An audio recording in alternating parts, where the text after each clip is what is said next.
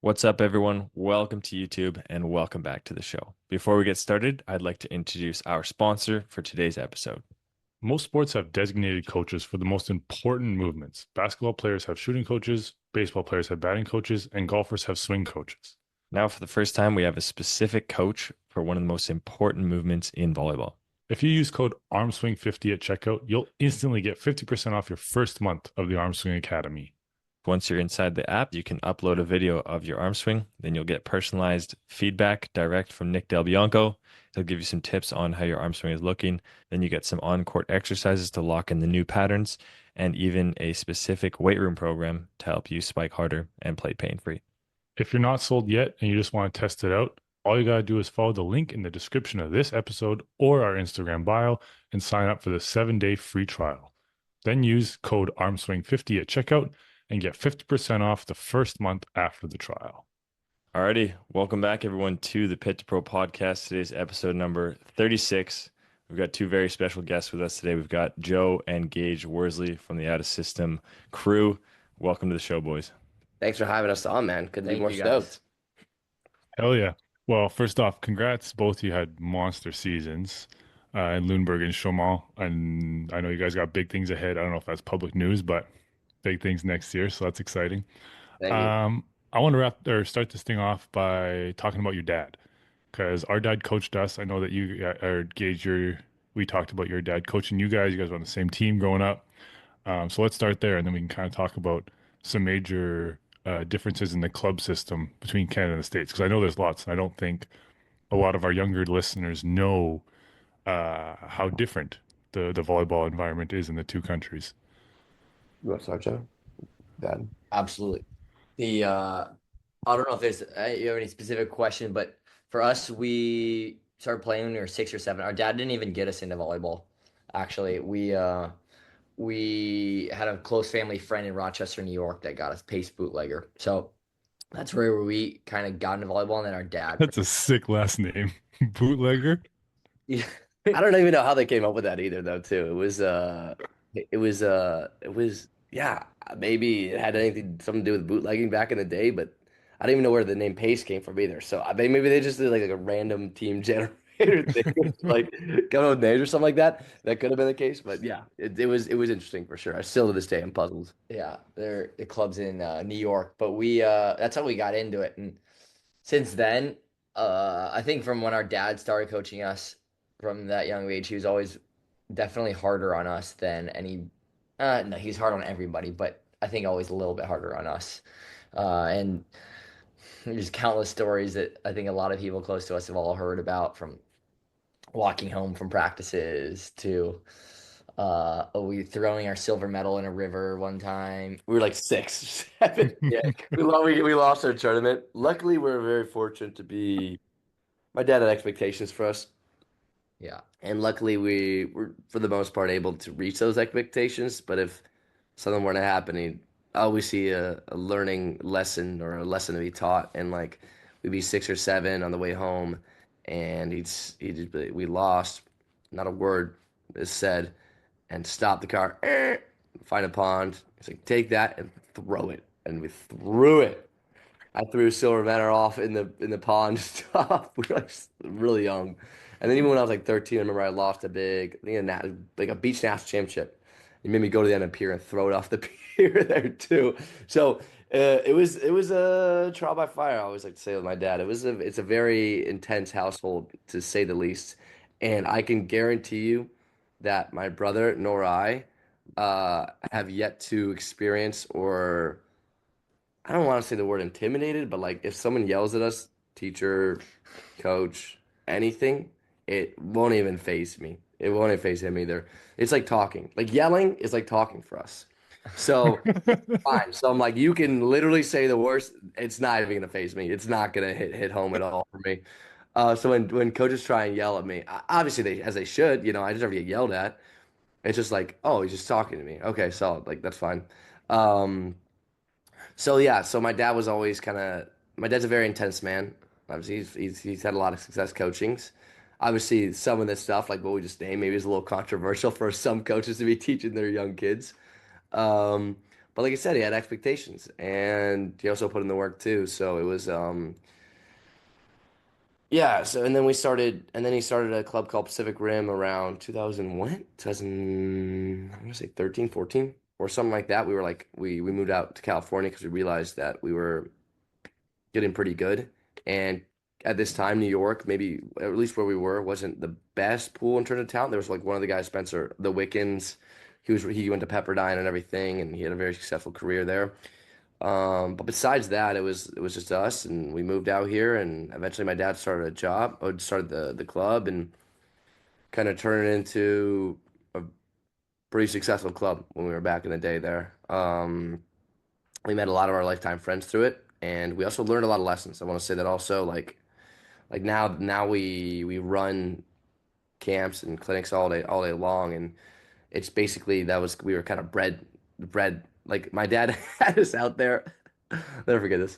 We they used there was a time when they had a beach club as well. Actually, a pretty good beach club, and he would have us out there. We were like 14, 15, and we had to coach these 18-year-old girls. And we're like they're like trying like I'm like my dad had us coaching young. Like and also like my entire high school experience was just waking up at the crack of dawn like 4 a.m. every day or every weekend. Like I would have like I wouldn't see my friends or anything like that outside of school. So I'd wake up and every day I'd just be coaching and helping him or helping the facility. And obviously, in the moment, it sucks. Like that's like the last thing you want to be doing. But here I am, like I can, like when we're running camps and clinics and we haven't eaten and like we haven't eaten a thing and we're giving like sweating till like 4 or 5 p.m. That's unfazes us. You know what I'm saying? Like it's something where it's like like there's this stuff that just doesn't phase us and we're fortunate. Um, that we were raised that way. When I tell people about how we were raised, they're like a little like, whoa, like that's Yeah. intense. But we turned out pretty okay. Is that what's your dad's name?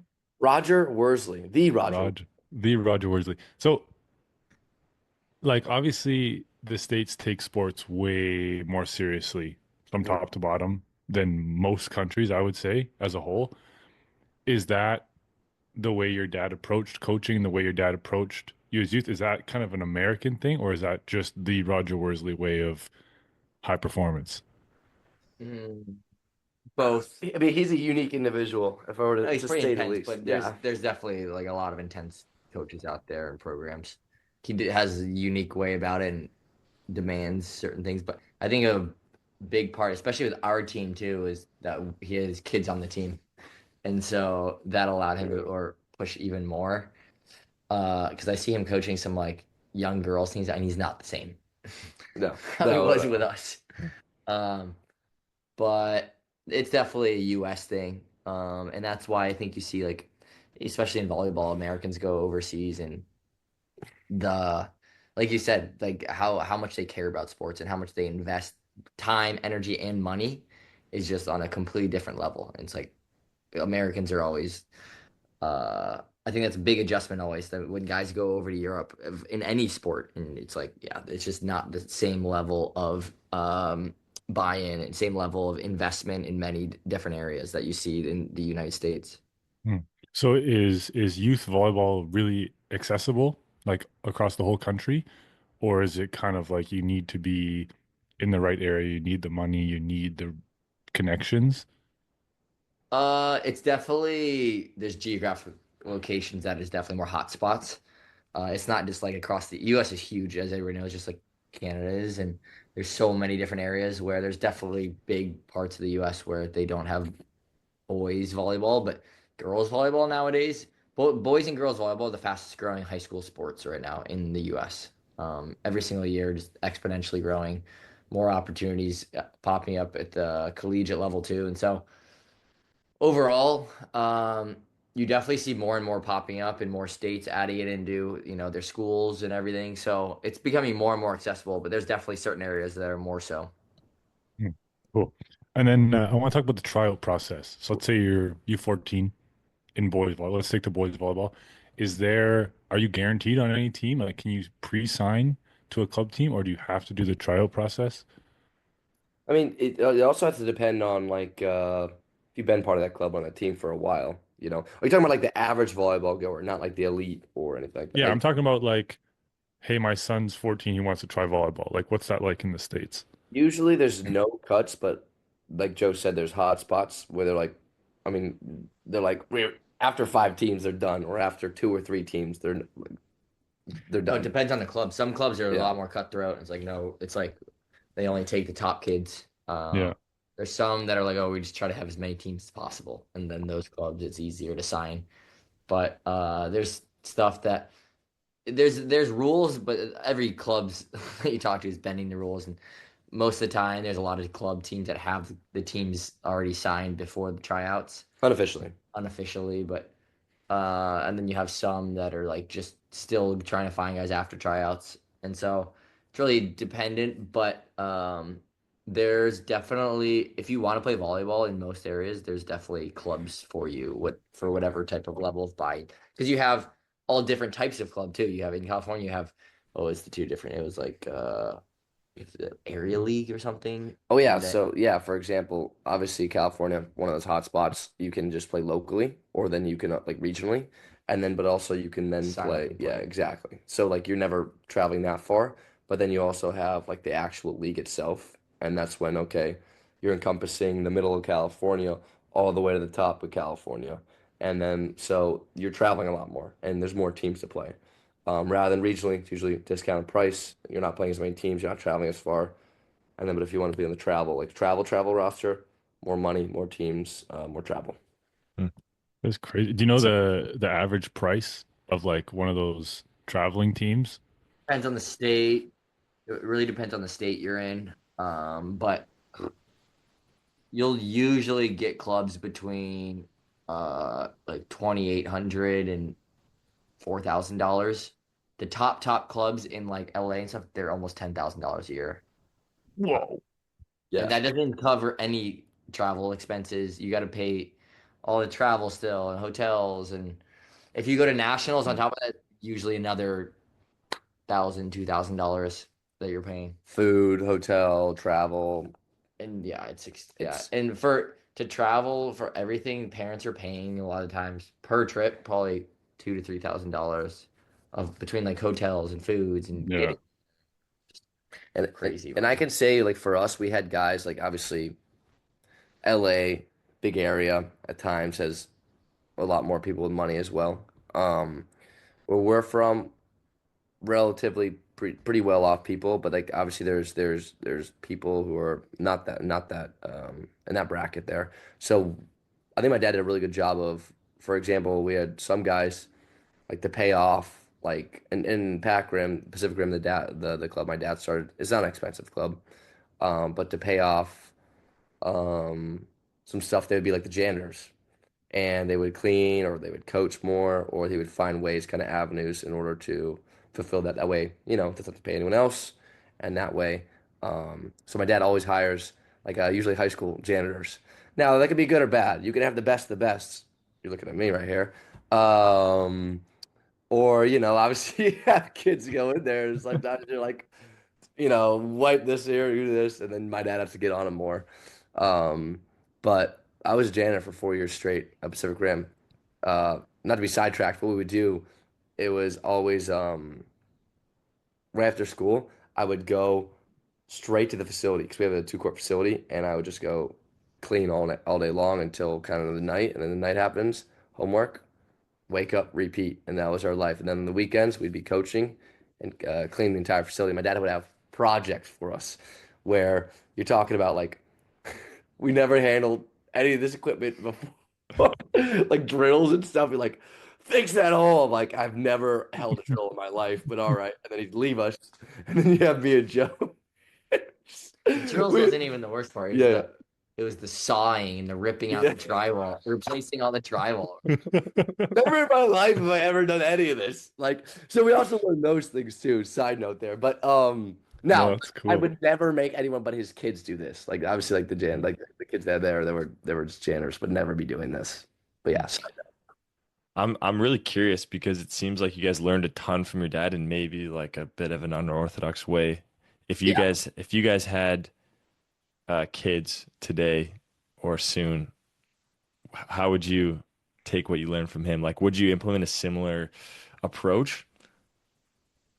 Yes and no for me. I can say that work ethic wise, in terms of being, I think you obviously respect people and you like working with people who have good work ethic and don't complain or just like, this is what you need, let's make it happen. You know what I'm saying? Like that type of people. And I think me and Joe can be those type of people.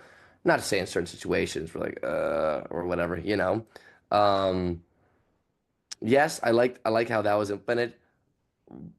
I don't know if I'd throw my kid's medal out in a pond or anything. That's probably a little intense, maybe even for me. And I'm an intense guy at times. But like I said, I don't regret it. Here I am. But yes, there are stuff that I would take for sure. Stuff maybe I would like dim down maybe a little bit. Joe? Yeah, I agree with that. I think it's a whole different world. I don't know. My dad's so old I, school I that, I do honestly believe I think raising kids nowadays is so difficult in the current just climate with everything in many different ways. I think coaching, I think raising kids is so difficult for many different reasons. And so I don't know. Like the worst thing for me ever would be having just the most disrespectful and Yeah. misbehaved kid. I would hate, like, I'd be so embarrassed as a parent to be in that situation. And I know some kids require more discipline than others. And so it's tough to say what I would do because it's like if you have a kid that needs more discipline, then how do you handle that? In today's day and age, it's difficult. It's really, really, that's why for me, like, when you're looking at coaching and managing, I don't know how much Canadians know about the whole like NIL situation right now in the collegiate volleyball scene, but it's both good and bad in many different ways for the sport, and it's created this culture that's difficult to coach in, and focus on just volleyball. And so I don't know. I think I look at both coaching and parenting in similar ways. It's really difficult right now to do both, so it's Mm. tough to see how I manage it because it depend on also the personality of the kid. But I know for a fact, like I would hate like there's parents who maybe have a certain feeling of like how our dad was, but at the end of the day, sometimes their kid's like the most misbehaved kid of anybody in the group. It's Yeah. like I would hate to have that. That would be the most embarrassing thing ever. Yeah, for me, I mean, don't get me wrong. I'm also very competitive. I know my brother is too. I see us as also fathers that would obviously we know where the boundary lies, but like, you know what, let's go play a game of one-on-one in the basketball, and toughen them up through stuff like that. Like we plan to be active for a while too, so that's also where we're probably gonna, I think like Joe said, I think young kids at times they need the world at their fingertips, especially, we're fortunate to see a lot of the around the country, a lot of players and stuff, and 99% of the time they're great. But obviously there's some kids, that are like never in a million years would I even think to act that way or do that. And I think that you just got to be sometimes creative with that. And I think in a sports environment, sometimes, you got to humble them. And I think a game of one-on-one or a little short court game will always go a long way. So I always got to make sure we're in top physical condition to dominate our kids for as long as we can. Yeah. Why did your dad make you throw your silver medal off the end of the Because pier? because we'd won everything up to that, and that was not acceptable. Long Just the No, result, just the result was not acceptable. result was not acceptable. I actually here's the crazy thing. I'm gonna tell you full sight. So you'll be at first you're like whoa, but then actually it actually helped me out in the long run too. Like I said, with like the yelling, like the intensity of my dad, obviously that in itself was gonna strengthen you, make you harder, thick-skinned. But also I remember when I was like 6 or 7, I knew, hey, if we're not like winning, like there's gonna be like there like no one's talking in the house for 2 3 days after that. Like the problem, the good thing about having a family about all this is that you're like you're all on the same page. You're all ride or die, and you're all very supportive. Like our parents, remember, like every other weekend we drive down south 7 8 hours since we were like 10 11 to get the best competition. So like it was always coming from a place of caring and everything like that. It always coming from they always supported us and they always made sure we had what we needed to do that. Now, obviously, with that, there was a higher expectation because they were doing all this. They were like, obviously, it costs a lot of money, it costs a lot of time. They have jobs too. So when I was younger, I remember I was like, I knew like if we're not winning this, like I'd be 6 and I would be like I couldn't eat anything the entire day. During club, if I ate anything, I'd throw it up immediately because I'd just be like so like these local power league tournaments, we're in local like from like I was describing the travel tournaments. I'm like we better win this or else like we're like so I wouldn't be eating anything the entire day. I couldn't keep anything down. Occasionally like a liquid, like water I could keep down. Liquids I could keep down, like maybe I have like a smoothie, but that's it the entire day. So I wouldn't eat anything. And I'd just be like nerves the entire time. And I remember growing up even then, I'd be like, I remember I had so this is so profound in my I had these like jelly belly like energy beans I tried to eat one time for a championship match. I couldn't put it down. I could have shaking like since I was like 7 or like I knew. So, and I would describe, I remember when we go to nationals at a certain point, we were national and we were pretty good. We had expectations too, where I remember it basically, it was like I described nationals for me as psychological torture because it's 4 days straight. And I knew if you're not winning on that fourth day, the whole season was a waste because that's what it led to, right?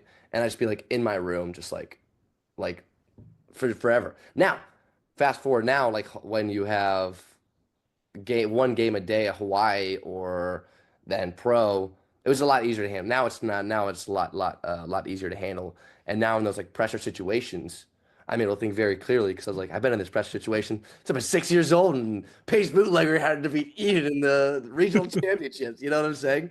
So it was just one of those things where, like I said, would I mean, obviously, I'd be hard on my kid about stuff, and The for one me, thing it's more is, about effort. the one thing is, I will say, you don't we won so much under Yeah, that environment. yeah. And then I go to other coaches who are like, oh, a lot more talking about other stuff, and I'm like, we lose way more under those types of coaches. I'll be honest, I've never lost as Yeah. much as I have for coaches who are a lot more like, you know, I understand the whole thing that we can't control the results and all that. We talk about this. It's like every coach I play for that's like that, we lose way more than I do with coaches who put a ton of like work, you put pressure. Like this, we won so much at like I think we won like 98, Yeah. 99% of matches, and we won like all the national championships Yeah. um Yeah.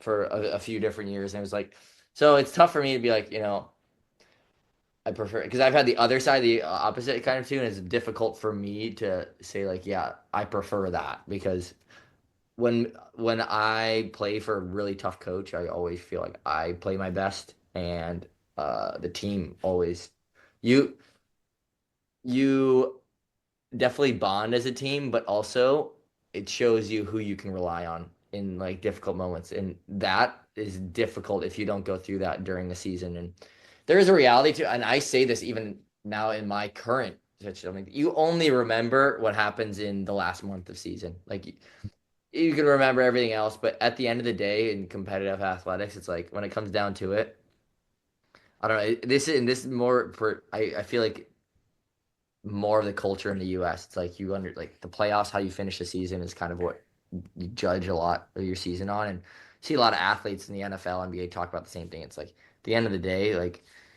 if you're trying to win the championship, all you think about is like the playoffs and how we finish in the playoffs. Everything else is nice and you have this whole journey that gets you there, but it's tough to get past how the season finishes. And Yeah. Hmm. For me, also one thing I want to add, also like because it wasn't just us going like through the intensity of Roger Wars, it was our whole team, and we always were peaking at the right moment too. And I've said it's like the last month, and we always peaked it. Like we're always like okay, here and there you're gonna lose matches, okay, whatever. And obviously, like you're gonna hear about it and everything. Um, but always we were always the most prepared team and the always most ready team in nationals, which is why we were that successful and why there's so many guys. Our 18s team in nationals, we had 7 guys All American in college. That's cool. 4 of those guys first team at one point, and now 6 of those guys are pro. So Hmm. it's like it's one of those things where it's intense, but it works. So here we are. So it's Yeah. Did that wear any kids down on your team like that didn't yeah. I like would because I think it's really tough, but then that makes you tough, and then you kind of rise to the occasion later on. But I think for some kids, it could just wear them down, go the no, opposite direction. there's always the kids who weren't as bought in, right. like but that's the thing is by the end, our last we won the last 2 years of our juniors. But those two teams, you had kids that were just so bought in by that because we'd gone through 5, 6 years together.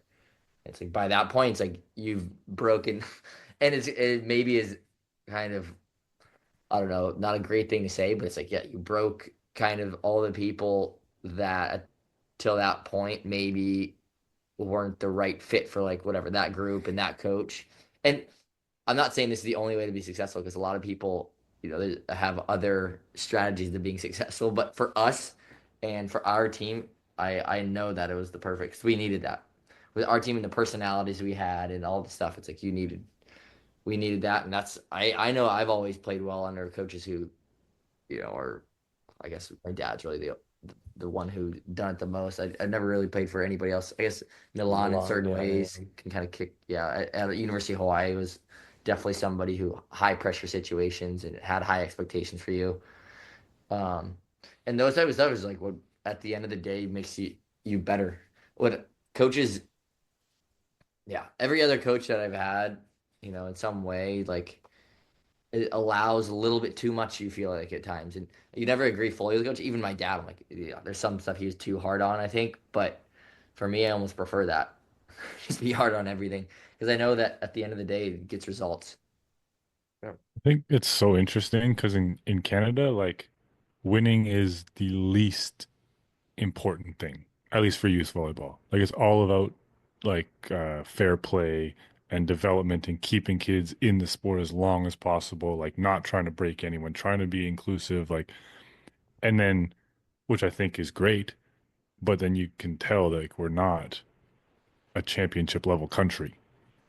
Like we have good university programs. Our national team is good at times, but we're not like winners. We're not trained to win from a young age. Yeah. I mean, you see so many documentaries on Netflix of the coach, all these. There's a reason these guys have these types of mentalities because they're trained by these coaches that are like, and have these parents that are so tough. I don't know if you've seen like the Serena Williams Yeah. movie of how her father was, and all these athletes that you see, they have even like Steph Curry, like, and you listen to stories of his mom and stuff, and they just really tough, and they create these high pressure situations and stuff, and that's ultimately what leads you to be successful, I think, in your career in these moments. It's tough when you're allowed to, I don't know. It's I don't know if this is the right thing to say, but it's like you're allowed to lose kind of, or you feel like you're allowed to lose. I feel like anytime I've been on a team where that's like accepted, you just know that things will not pan out when you need it most. Um, and I always say that to people. I'm like, the weaknesses that you always have within a group will always come out in the moment you need it like the most. And there's a famous quote that is along that lines, but I firmly believe that because I've just been in so many groups where both sides that have happened. One, the thing that always kind of the coaches let slip, or kind of that weakest link always fell through when we needed it the most. And then on the other side too, the thing that we made a point to make sure that we never let slip, like that always came through, almost like saved us. Um, and I can think back so many times in my career, both on both sides of that from when I was a young kid. Yeah, it's so interesting. I think even like Jesse and I had very different experiences than you two growing up. I don't think I've had a single coach like like that similar to your dad. Oh, Jesse's gone. Oh, he's out. Yeah. I don't think we had any coaches like that. It was all like kind of like Jesse was saying, like way more inclusive, way more about like development. Um, and I think for myself personally, oh, power's out of Jesse's. Oh, Uh, jeez. we'll That's keep rude. going. Yeah, that's tough. Um, for me personally, it took me a really, really long time to figure out how to be a winner. I was always really good at getting better at volleyball and like the skills and executing and that stuff. But being a winner, like I didn't learn that until my last year at university. So it's like way, way later in my development. But also at the same time, I wasn't puking Anything in that way. anything up that I tried to eat at club nationals, right? Like I had a really like enjoyable club experience. But we lost a lot. So I don't know. I don't Memory, know. like, like it's also like I get it. I get what you're saying. I also say that I also want to point out. I didn't mean to cut you off. Sorry, but one thing is that there is you need that. What you were describing, you still need that. Most players are gonna like are just recreational players. Like 99% of players that play club volleyball, whether in Canada or in the States, they're just there to have fun, play volleyball, to have fun, and like see how good they can get. And they need that. But if you're in that 1%, like you said, if you're in that 1% and you're trying to make it there and you're trying to be there, you need a foot on your chest kind of at all Yeah. times. That's why I like how like you guys kind of described there's two different levels of club volleyball. There's like the local one and the travel one. And it seems like the travel one's like a lot more intense, right? Those are for the kids that want to be great one day. I think that's important. Like you're saying, some people would get weeded out early in the process, which I think is probably good for everyone because those that are committed get to do their thing and go after it. And then the ones that are just there for fun and to pass the time can do that in like a safer environment.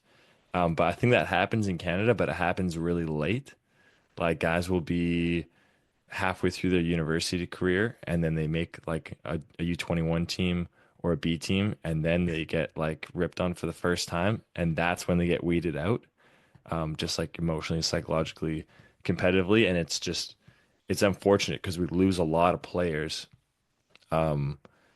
that could have been awesome. We lose them late because we didn't pressure them, let's say, early enough in the process, if that makes sense. Yeah. Mhm. I, you want to say, I want to say also, I think also what also Europe does a good job of this now that I'm actually over here and see it. I think I heard when we were in Japan, they said this too, is that when being a junior or youth coach there is like they send a lot of their best coaches there, like to those levels. And like sometimes they're most hardest coaches. And the most successful teams in the country, right, from what I've heard, those coaches, those like U17 coaches, I guess I think U15, I think I don't know if that means it's too young for them to have a national team for, but those are like very respected jobs and jobs that people go after. And then the countries that don't respect that usually don't pan out that well. And that's just kind of what I've noticed too, for me at least. Yeah. Yeah, that makes a ton of sense. Our club system is just a lot of volunteer work, a lot of Yeah. like a lot of parents at the beginning, like that played in high school or something like that. Yeah. Yeah, it's not something that you could do as a career, that's for sure. We get that. I mean, that's also, I mean, in the States, there's so many teams, like so many teams where it's like, if you were like to do it like a percentage of how many good coaches there are, it'd be very, very low. Like in terms of well, in terms of trying to be at the next level or trying to like do this. Obviously, like I said, most people are there to have fun. So it serves a great purpose. Yeah. There's also not a lot of crazy great coaches that understand, and that's understandable too, because you said it's a volunteer job, so it's not like a full-time gig. So that Yeah. makes Yeah. All right, let's move into university. How did the recruiting process start for you guys, and what was that like? Joey. Yeah, I mean, in the US, you have all the college coaches coming to all the different main tournaments throughout the US. So the qualifiers for the national championships they'll be at. And they'll start identifying. There's always a period. It changed. I don't even know what it is right now, but it changes all the time and it's different. They have rules of when they can contact you, when you can go on a visit to the campus, because once you hit a certain age, they can fly you. They pay for a full trip for you to come for 48 hours, fly a parent out, and they take you on this whole recruiting trip. So you were allowed up to five. All the rules have been shifting constantly. To be honest, I don't even know what the current rules are on that. Mhm. I was there. You had five visits you could take, pretty much official visits they call it. And so I only took four, to four different schools, and you go and you visit and you get a Sorry, sense. you could take five to the same school or five different. You're only allowed five in total. Yeah, five. Interesting. Yeah, five official visits. Gotcha. But um, it might be different now. I heard it might be different now. So it might be unlimited. Who knows? But generally, For the boys, they take a lot of visits. The girls commit super early, so they get girls to commit when they're like freshmen. So they're only taking one visit by the time they come because So they're insane. visiting the school they're going to Sometimes they basically. don't even.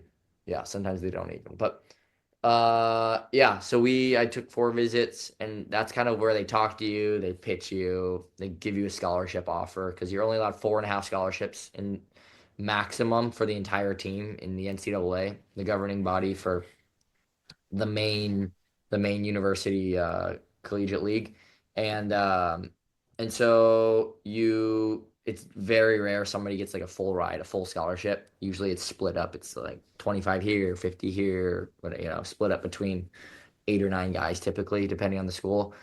And then from there, after they call, then you have like a window that you got to commit by, and then there's like a signing day, and um, for me, it was yeah.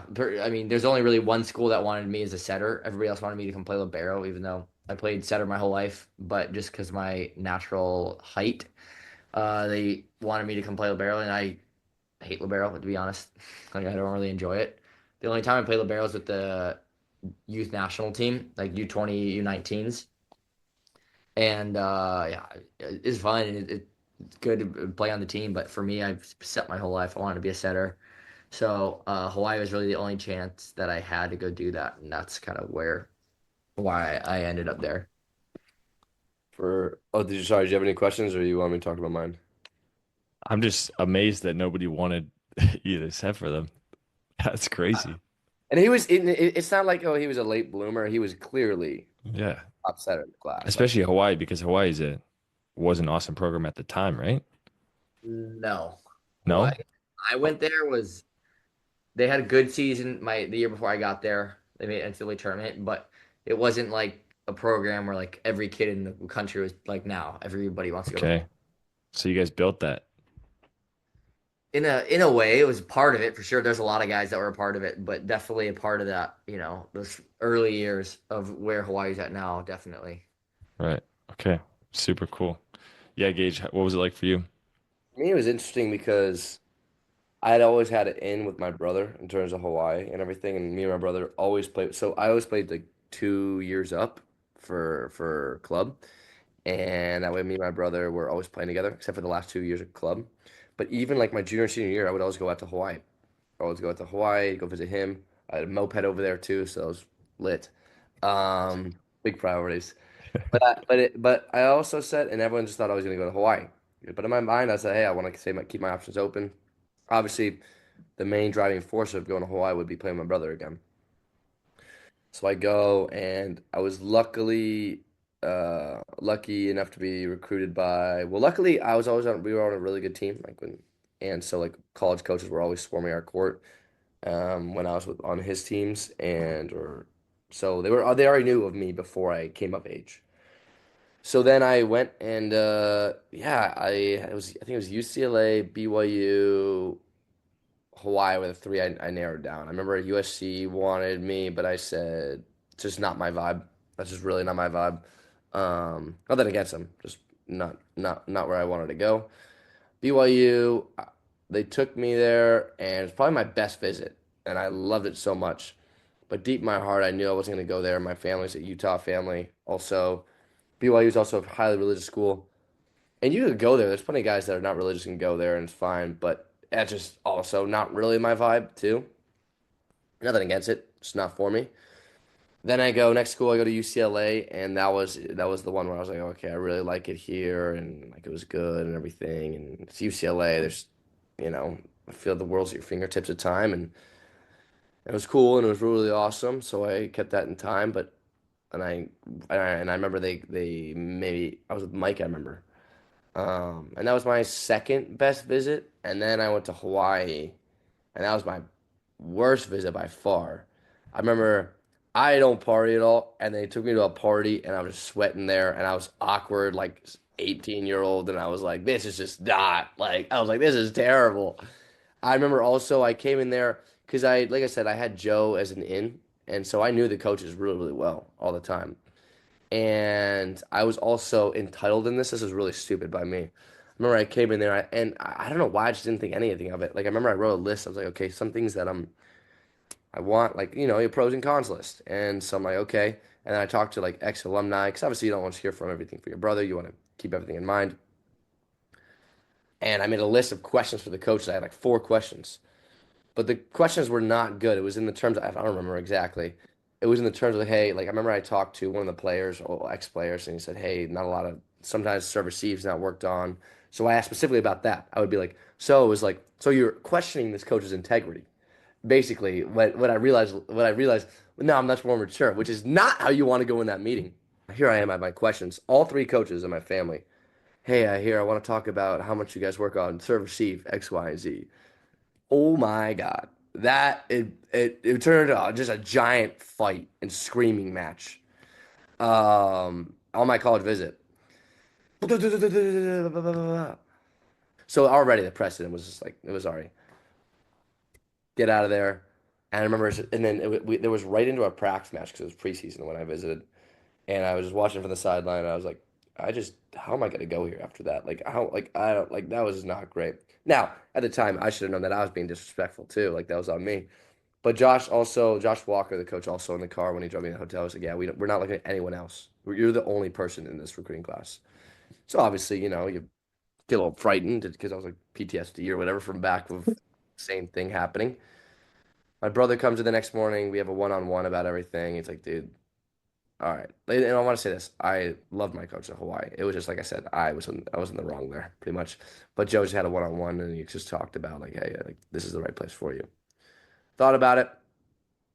2 or 3 days later, 4 days later, I kind of think about it more.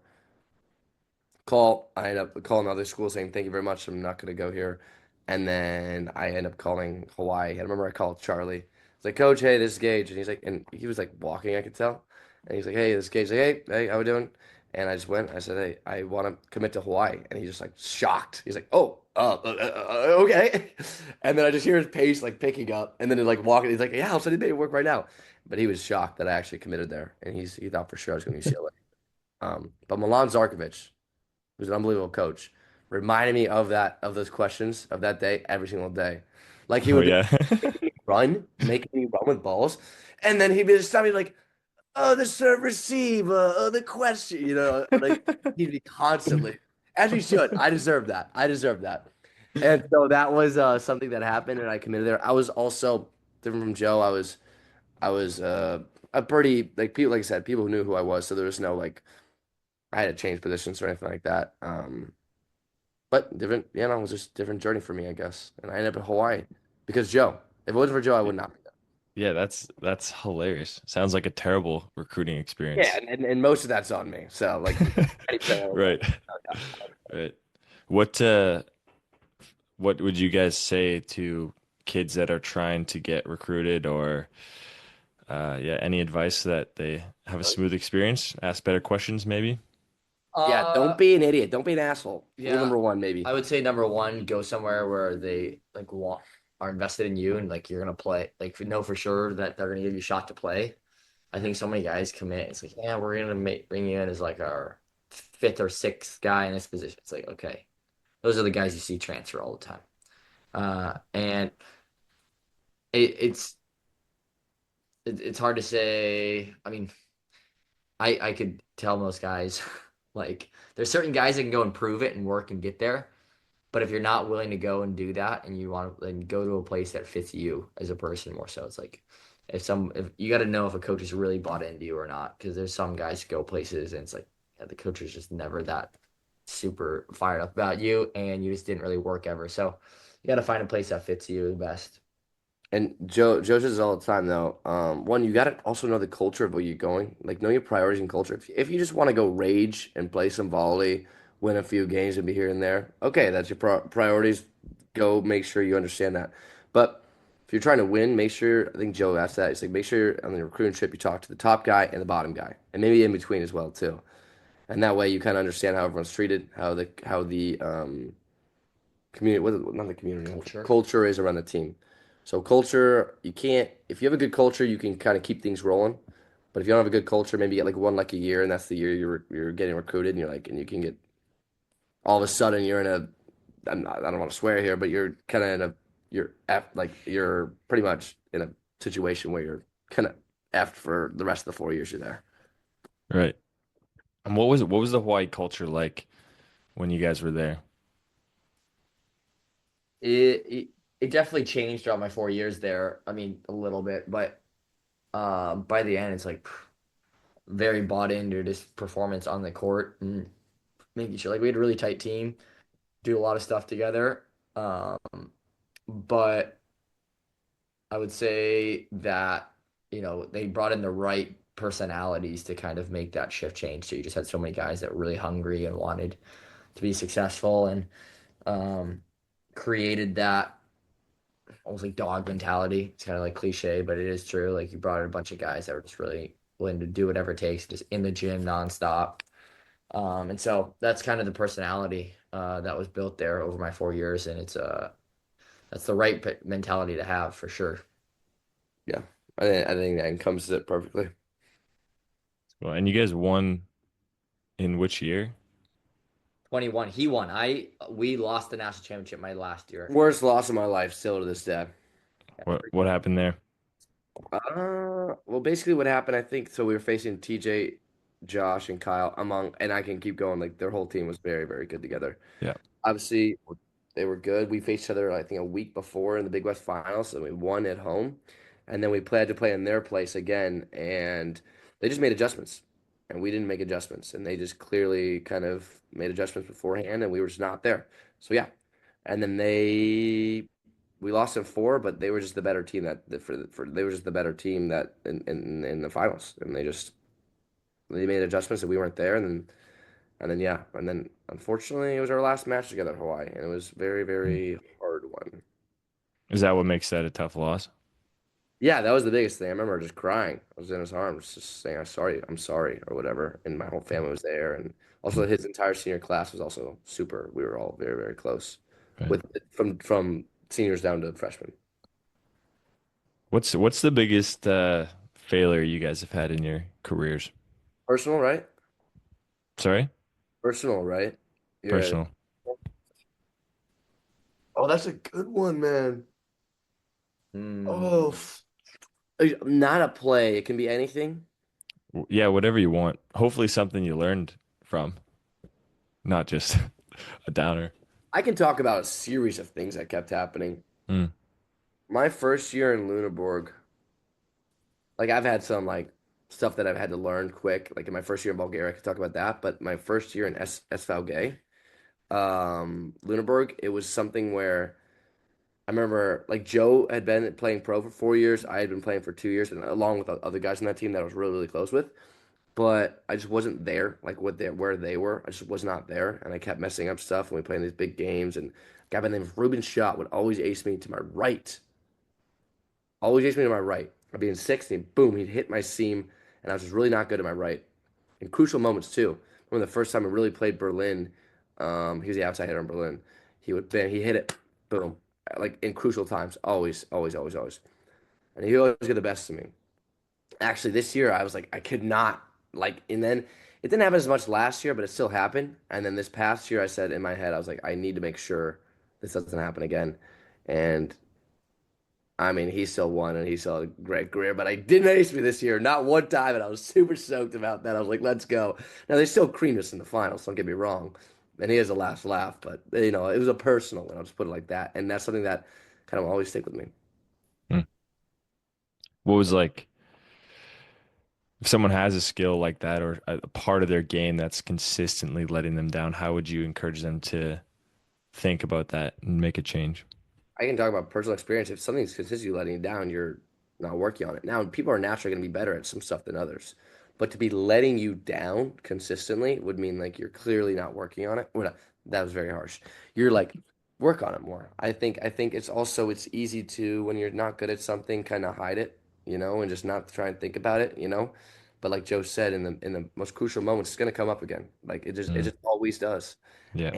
And very rare, more times than not. And so you got to kind of go through the frustrations and the embarrassment of just working on something that you're not very, very good at.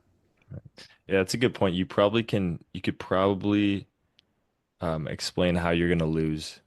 before the game even happens, if it's gonna happen. Crazy. It's something that you can prepare as much as you want, but if you're just not there, you're just not there. You Right. know. And every team has a weakness. So like every team is on quote unquote beatable. It's just about a level. Um, but you want to make it, like I said, where it's they can do a lot of things that beat you rather than they have to do this one specific thing or these few things. Right. Shot. What about you, Joe? Any failures? Uh, there's a lot of team ones that I can always look back on that I feel like who just was yeah. There's like numerous reasons for it. It's about to start sounding off here. Yeah, it's just like so many times it's like okay, you just don't. I hate the word potential. It's just thrown around so much, and I say it too, but especially with about a team, always potential, potential. Like it drives me nuts listening to coaches just talk about that and how much potential this team has, and especially places where it's like, no, the culture here is to win. There's no talk about potential at this point. It's like, are we doing it or are we not doing it? Hmm. There's no kind of gray area in competitive athletics. It's like Right. it's tough, and so that's for me. I just count. I don't know if there's one singular time. There's definitely certain ones that hurt, more than others, but it's just more frustration when especially I think in pro volleyball where you change teams constantly and you don't have the same type of connection and memories as like the other guys. Like that's one thing about college athletics is you're with that same group for 4 straight years and you can build that relationship. And like you lose your second year, you all come back and you know what that felt like. In pro, you lose one year and you lose like a brutal, end of the year. The next year you're with a whole new team a lot of time. It's like okay, you all Hmm. have experiences and that's where you don't have that same type of bond and but at the same time it hurts just as much when you like and yeah it kills me when I hear so much talk about potential and this and that it's potential is all BS. It's like what actually happened on the court and what Right. that's all that matters at the end of the day. So yeah, there's not one thing that really stands out to me specifically. That's a good point though, with like the battle scars that you get with a group. Um, I think like those failures, maybe it's losing, maybe it's whatever, not reaching your potential. Then if you come back with the same group, yeah, you can do something about it. But It's a lot those easier. lessons just get lost if you don't. It's a lot easier to connect with them. It's Hmm. like did the same crap last year and you know what happened last year. It's like Right. other guys like yeah. When you don't have that same mind, it's tough to connect and relate to each other. Right. I have a feeling that you guys are like masterful at being present and competitive and focused and all that in game. And I think, especially in pro volleyball, oftentimes you have a lot of players that aren't like that.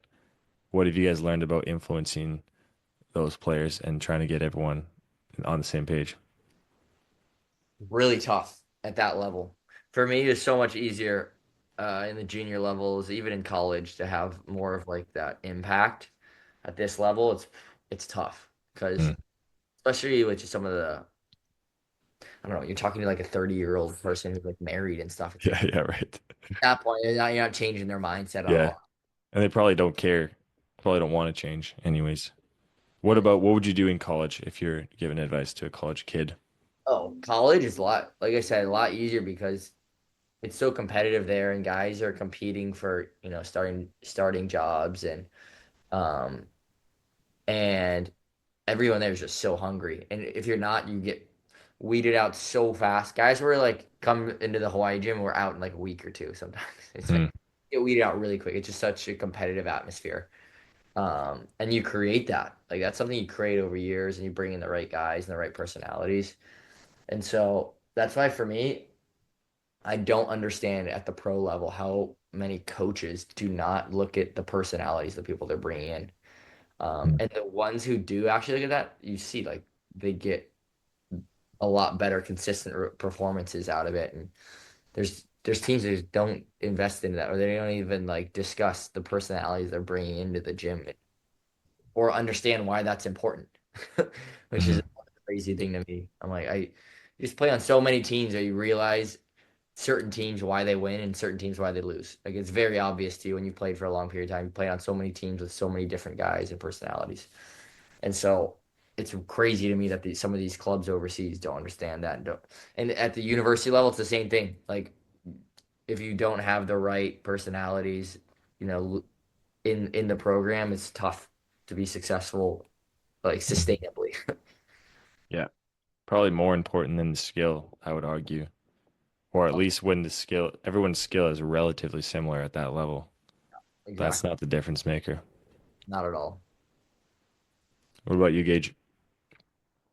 In terms of, can you repeat the initial question? Sorry, I was listening to Joe so Yeah, much. I'm just curious about influencing your teammates um, Yeah, for to me, be aligned with the goal if they're not. yeah, for me, it's a libero. Obviously, I think setter's usually like the head captain, but libero, you're usually like the peppy guy. You know what I'm saying? Okay. Now, like this year especially, and I can be an asshole. Like that's not like if needed be. You know what I'm saying? I have that in me. Um, but a lot of times I just realize that like what do these guys need a lot of the time, and then just kind of just I had to approach so many different guys so many different ways, but luckily Lunenburg, a lot of these guys I've been playing with for a while, and obviously there are a bit I've made mistakes this past season about how I should handle other guys too because I've only been playing with them for a year. Now that's not an excuse, but I learned from that, and I made sure the following game or whatever needed, I made sure okay, like some guy needs some love, some guy needs some more tough love, and I think realizing that is how you're gonna make your team successful. But also, as long as you have, because you got to also know in mind, well, and I was fortunate, this is not always the case, especially in pro, that everyone has the same goal in mind, and we did, and so that makes things a lot easier to swallow because it's never a question of like, do you want it enough, and just like you lose respect for that. You know what I'm saying? Yeah, So I never had that, so it's easier for me to be like, okay, this guy needs, what does he need? What does he need? Um, and stay motivated uh, to keep learning and doing that. right. How was it playing with Jess, Gage? Because you guys, I think, are very different. Yeah. Like I actually clearly remember this. I remember it was for your sophomore in Berlin.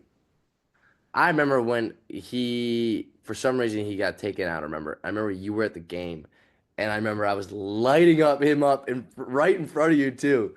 And that was like one of the rare times I ever yelled at Jesse because he was our captain and he was actually honestly such a good guy. Jesse was a great guy to play with. I've never met a Canadian that I don't like, that I don't enjoy playing with. So that's also the key too. But Jesse is a great team guy. I think our team last year also was super clicky off the court, which made it sometimes, which fell through, which is why we kind of fell through at times, and that's normal for overseas.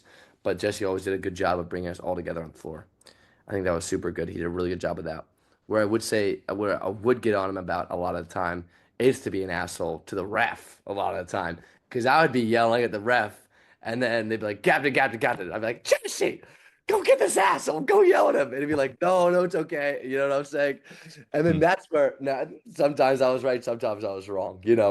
Um, but Jesse was such a good, I mean, I don't think you could actually ask a teammate and be like, oh no, Jesse was a bad teammate. I don't think you'd find one, honestly. I'm Yeah, sure the same about you, but I've only played with Jesse. But Jesse was a great guy and also an all-around guy.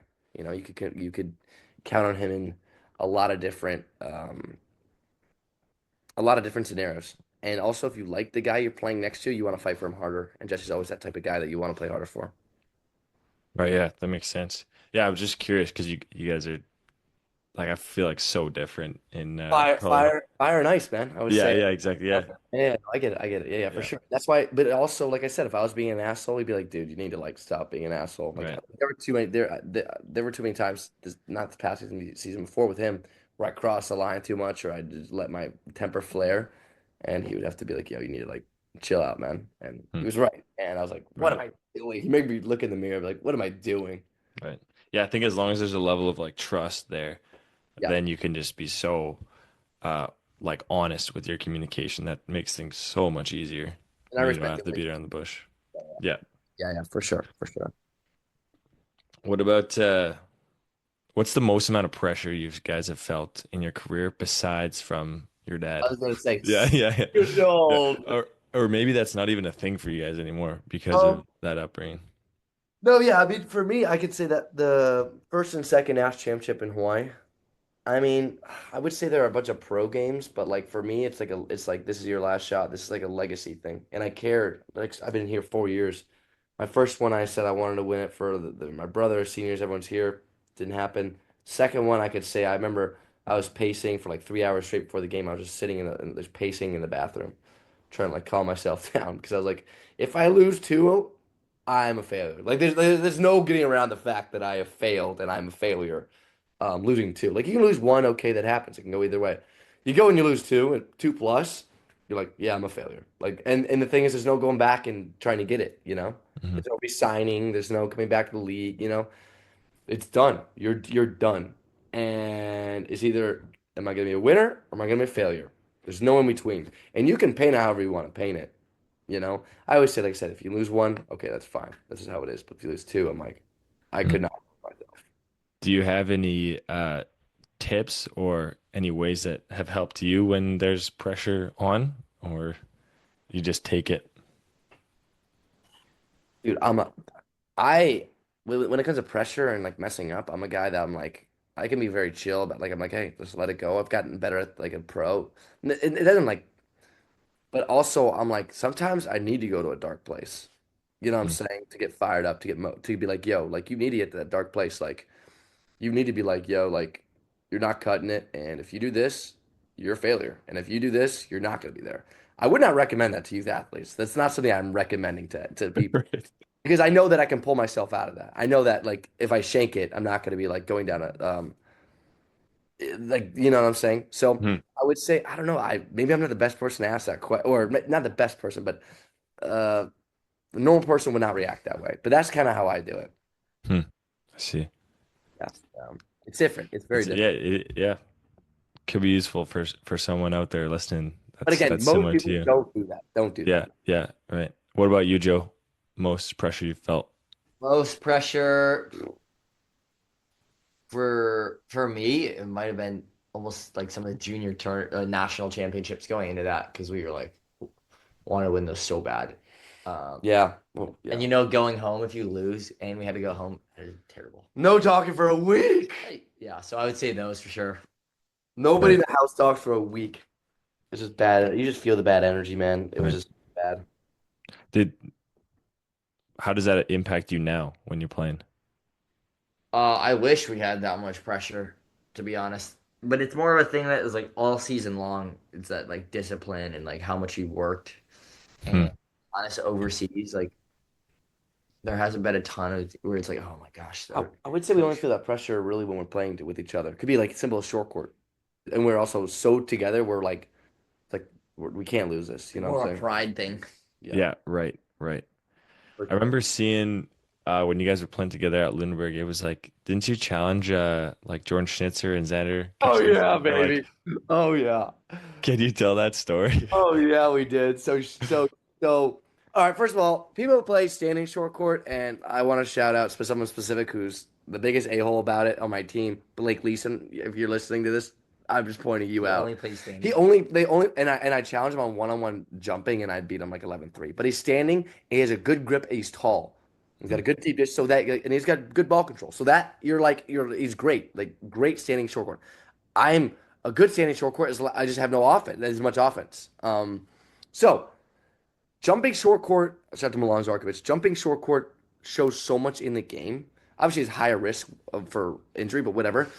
But it changes like it can change. It can help you win an entire like in certain points. Ball control off the net. I'm a libero and still help me. But so we were playing Xander and Schnitzer, and like I remember they were like all of a sudden we play them, we always beat them, and then we were like they were running their mouths, and then we were running our mouths at them, and then Jordan Ewart was like, "There's no way you'll ever beat them," and Jordan Schnitzer was like, "There," he's like, "We're gonna beat them at least like once or twice. Like we play every day, we're gonna beat them." And then Jordan made a bet. What was the bet? It was like It was like 1 month salary, I think. yeah, yeah, it was something crazy. Like it was something at least a couple $100. Now, I think they were making more than a couple $100 a month on the salary, but still. So, um, but it was something crazy where sorry, Joe has back problems here. Is it okay if he goes and stretches really quick? I Yeah, apologize. no You're good. problem It's whatsoever. okay. Sorry, he's got like he's battling through injuries this year. Super, super. So what happened was, um, Jordan and Jordan. They go and they bet each other. And what happened was every day we would play jumping short court. Every day, Zaner and Schitzer. And we wouldn't play to a point. It would be till Stefan says, okay, whistle in, bring it in, which is at a certain time. So Yeah. we always look at the time.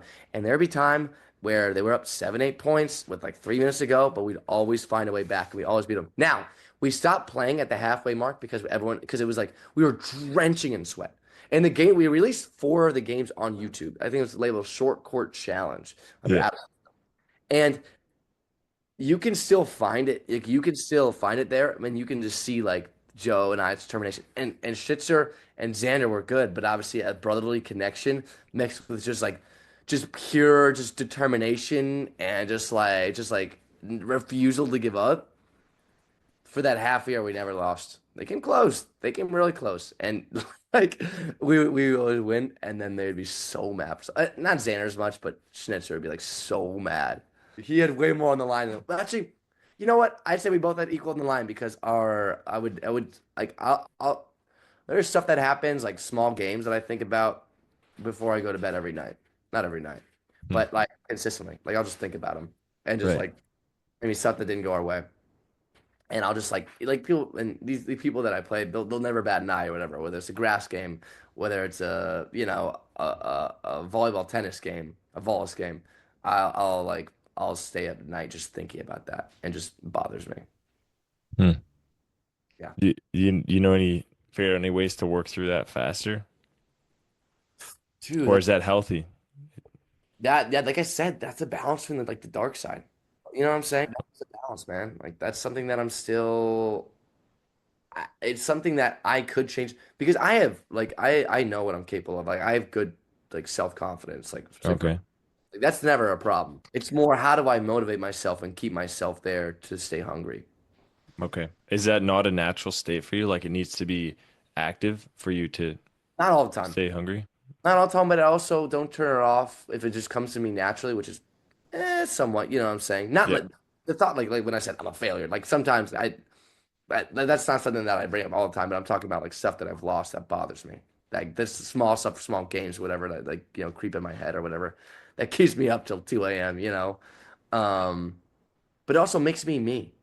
If I See. didn't have that, would we have won every short court game that we played? If we didn't have that, would I have the success that I have? So it's not Right. something that I really want to change because I know that I'm very confident. Like as a player, it doesn't like translate on the court. Like I break down after a point or anything like that. Like I don't think about that on the court. It's more afterwards. It can be there. Right. Not every It game too, but not every game too. Because sometimes I'm like, oh, it didn't go our way. Like I'm because so I think you have to be multifaceted to be able to think that way too at times. right. It is so interesting that dark side of high performance, like we were saying earlier with like Serena Williams and like Tiger Woods is another one I was thinking of when we were talking about all that stuff, like the motivation that comes from like maybe it's fear or maybe it's pressure or all those things. But I think it's interesting like finding a way to use that because a lot of my career I would try to like diminish the moment to try to make myself comfortable again rather than just embracing all those things, the fear, pressure, the staying up at night, um, maybe using those to my advantage, if you know what I mean. Yeah, like when you say that, do you mean like, oh, it's just a volleyball, it's a balloon off the ground game, or it's just like I'm not Yeah, gonna. yeah, or like I don't know, I'm serving at the end of a match in the university volleyball, and I'm like, oh, it's just university. Like I'm gonna play like pro one day, so this is like Right. barely any pressure. Or like saying that things don't matter, even though I truly believe they do. I think that was like a strategy that I tried to use for a while was like bring the moment down to a level where I was comfortable with rather than raising myself up to the level of the moment, if that makes sense. As long as the hunger, like as long as the demeanor doesn't change, like you can like you play with guys all the time that are just so casual and relaxed. Like you see like Brazil sometimes in like soccer, or you see like or even volleyball, like they're just like their style is just different, and that's their style. Like some people need to be like way more relaxed for games. So if that helps you play better, for sure do it. For me personally, if I go out there and I'm chillaxing, I will be the worst volleyball player on both teams, without a doubt. I that's just not in me, unfortunately. Like I'm not like a guy that just does laissez-faire things. Now, in a flow state that to be like this all the time, but like focus. Now, also, does that have to do with my position too? Maybe, where I'm Right. at free balls for 45 minutes straight. It's hard to stay hungry, you know what I'm saying at times. That's what question I ask myself too. It's it's more what is your play style? What works for you? And if you need to be more chill, more relaxed to play, however you need to get there, you get there. Right. Yeah. Did that come naturally to you, or did you do some experimentation, finding like trying different ways of being? I think when you play in terms of to find like what works for me. Yeah, exactly.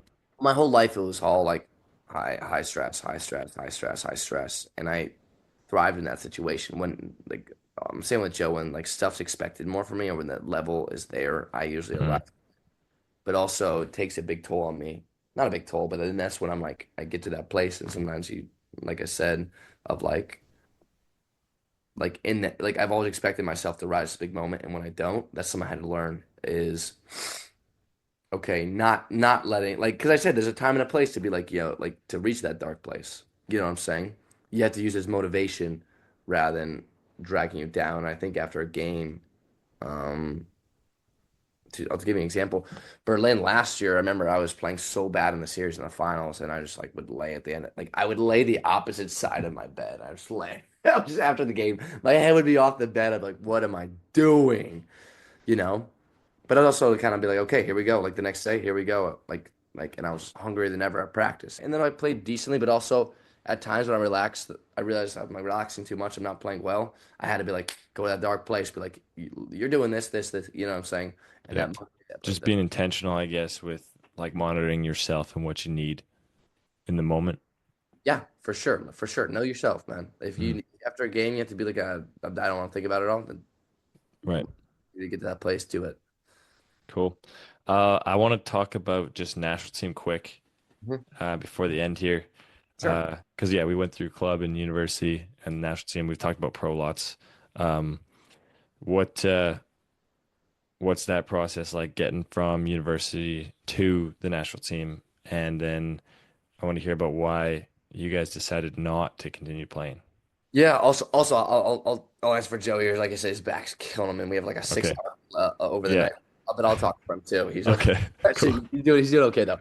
Um, I can talk about myself first. For myself,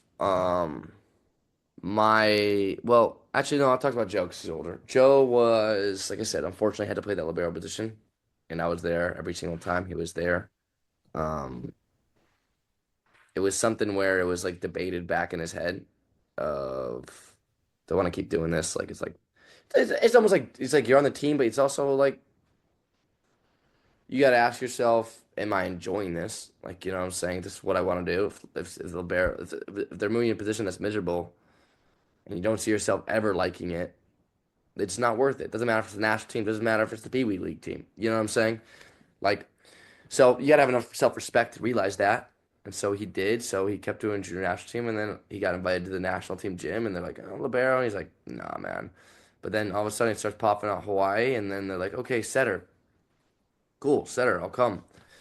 But then also when he got there, he spent an entire summer there, and they said one thing, but another thing happened. So he was like, "Why would I keep doing this?" Like I said, my brother, respect for my brother, he's always been kind of thrown around by some coaches, and always then disproving those coaches, and then still disrespected. So it's something where that was for him. Like I said, I was here. I kind of saw everything. It was more of an easier decision in terms of like, hey, like I'm not gonna do it. But in terms of your initial question about about getting it was getting into it, right? Yeah. Getting in the junior national team is honestly a lot of it's political. Like if I'm being honest, if a lot of it's political, but also you have to be usually on and political. I mean, you usually have to be on one of the top teams or like top five recruit if you want to be seen. And in Yeah. America, these giant tournaments, they can say like for example like and now it's this is like 10 years ago so like they could have changed now but like back in the day it was something where it's like they know the team they like for example you have nationwide tryouts and stuff like after a big tournament they would host a tryout they know the team Right. there's no way you don't know tell 12 of the top guys that are going to be on the team You know what I'm Yeah. saying? And and then you had different like levels of like other teams you could make, and that's how you would do it in America. I think it was at our time. It was by the time there could be a junior national team, it was junior national team, and then A1, A2, A3. But before, if it was too Mm. young, junior national team, it was A1, A2, A3. Yeah. A lot of people would make like teams and everything, and I'm sure they had a great experience at the USA camps. But in terms of actually making the team and getting in the pipeline, that's how it works. Now, once you've been that junior team, you go to college, and you're somewhat of a foot in the door as a junior national member, a youth national member. And I think there's one more team you can make, the U21 team that you can make in college that you can actually go to. And then again, if you make that, you do it good, and then but there's been so many players in the national team that have been to the national team pipeline that have never even sniffed close to a junior USA team. And a lot of players that have been in the junior USA team that have not even that just didn't pan out. And that's just how it is. People get more physical.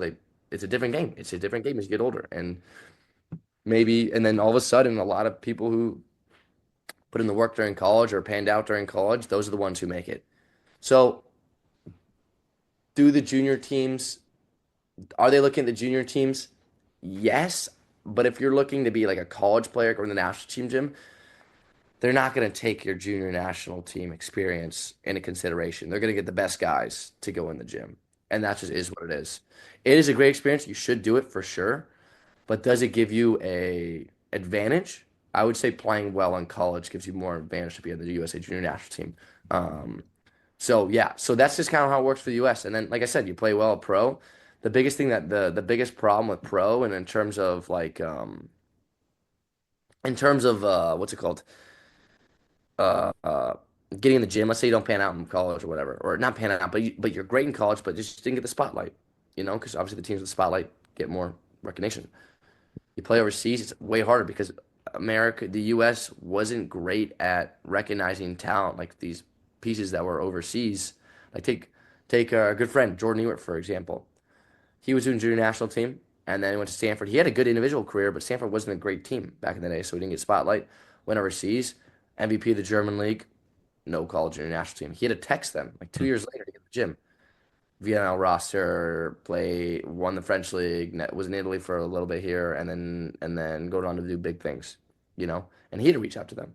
So that's kind of how it works. And then for me personally, I didn't do any. I was actually focused on beach when I was younger. I was on the beach junior national team, and uh, and look at me now. No, it didn't mean anything. You know what I'm saying? And so I was doing that, and then by the U21s, then I decided to do it, and then I remember I was 18 and everyone else. I was in that weird age range where I was 18 and everyone else was like after the sophomore year of college, and so I was like far behind. So I was just trying to play catch up, I guess. And I remember we were in Worlds, and I actually played some pretty cool players. I saw and slash played some pretty cool players back in the day. But remember Miguel Lopez on the outside, Cuba. I always say this from outside to left back, and he hit it on top of my head because he was hitting from such a high spot, and he hit it so hard. It was like here from the outside. I was like, I've never had that happen ever in my life, ever. But this guy at like 21 was just unreal. So yeah, so then for me, it was went through college. I didn't do national team because my dad made me work in the summers, and because he's like, because we get partial scholarships here in America, so they work off my money that they were paying for my dad's club, coaching, cleaning, everything. And so I got invited after my sophomore year of college, second year.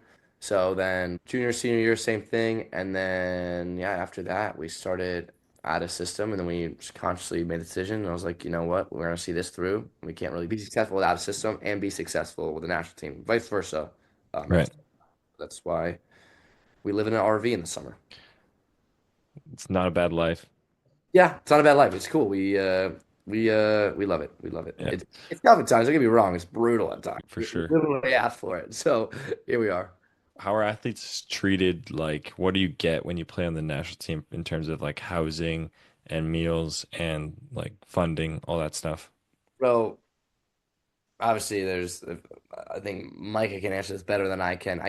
From what I can tell you from what I hear. I think this year it changed. That's what people like Shout out to Michael Wright. He was my setter this year. He got invited to the Vietnam roster.